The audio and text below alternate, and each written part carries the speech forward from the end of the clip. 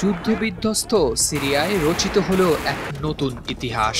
দীর্ঘ এক দশকের রক্তক্ষয়ী সংঘর্ষ, ধ্বংস আর নির্যাতনের পর আজ পাল্টে গেছে দৃশ্যপট। দীর্ঘ 2 দশকের শাসন শেষে দেশ ছেড়ে পালাতে বাধ্য হলেন বাশার আল আসাদ। বিদ্রোহী গোষ্ঠী হায়াত তাহরির আল শাম HTS ঘোষণা করেছে সিরিয়ার স্বাধীনতা। বিশ্ব মিডিয়া এই অভূতপূর্ব ঘটনার মাস্টার মাইন্ড হিসেবে দেখছে গোষ্ঠীর প্রধান আবু মোহাম্মদ আল জোলানিকে।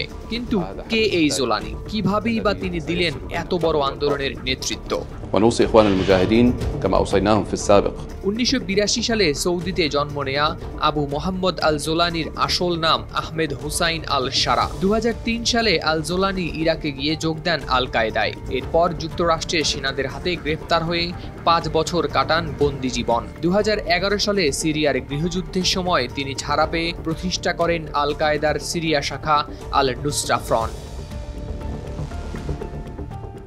একসময় আইএস প্রধান আবু বকর আল বাগদাদির ঘনিষ্ঠ হলেও পরবর্তীতে আইএসের আদর্শ ও লক্ষ্য প্রত্যাখ্যান করে 2016 সালে জোলানি আল কায়েদার সঙ্গে সম্পর্ক ছিন্ন করেন। প্রতিষ্ঠা করেন জাবহাত ফাতে আল শাম নামে নতুন একটি সংগঠন। পরবর্তীতে বিভিন্ন বিদ্রোহী গোষ্ঠীকে একত্রিত করে গঠন করেন হায়াত তাহরির আল শাম HTS।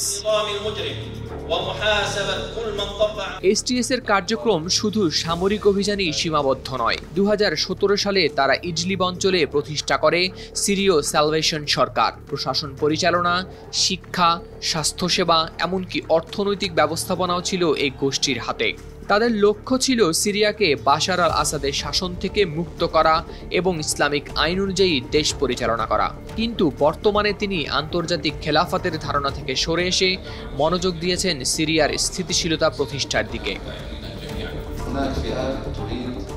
সেই ধারাবাহিকতায় 27 নভেম্বর দেশটির দ্বিতীয় বৃহত্তম শহর আলেপ্পো আক্রমণ করে মাত্র 12 দিনের অভিযানেই সিরিয়ার প্রেসিডেন্ট বাশার আল আসাদকে পালাতে বাধ্য করে তার দল ও সমর্থক গোষ্ঠী এবং দখলে নেয় রাজধানী শহর দামেস্ক। এদিকে আন্তর্জাতিক মহল এখনও HTS-কে দেখে সন্ত্রাসী সংগঠন হিসেবেই। তবে জোলানির সাম্প্রতিক পরিবর্তন ও তার জাতীয়তাবাদী দৃষ্টিভঙ্গি ভবিষ্যতে সিরিয়ার রাজনীতিতে কী ভূমিকা রাখবে তা নিয়েই চলছে নানা জল্পনা কল্পনা।